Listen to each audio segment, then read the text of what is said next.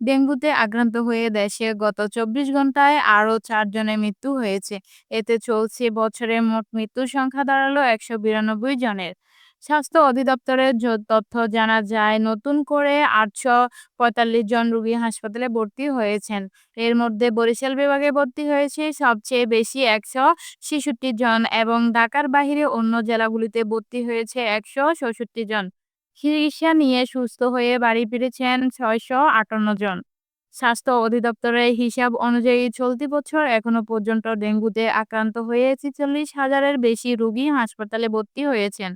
এর মধ্যে ৬০% পুরুষ এবং ৪০% নারী। জুলাই ও আগস্ট মাসে ডেঙ্গুর প্রাদুর্ভাব ছিল সবচেয়ে বেশি।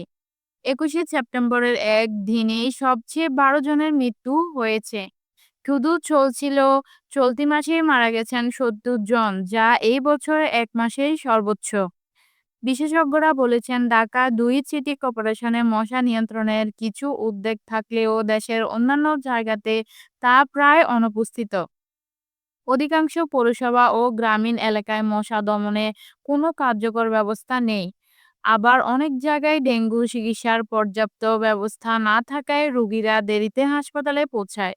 ফলে প্রায় ৫০% রোগী ভর্তি হওয়ার ২৪ ঘন্টার মধ্যেই মারা যাচ্ছেন। সব মিলিয়ে ডেঙ্গু পরিস্থিতিতে এখনো উদ্বেগজনক পর্যায়ে রয়েছে।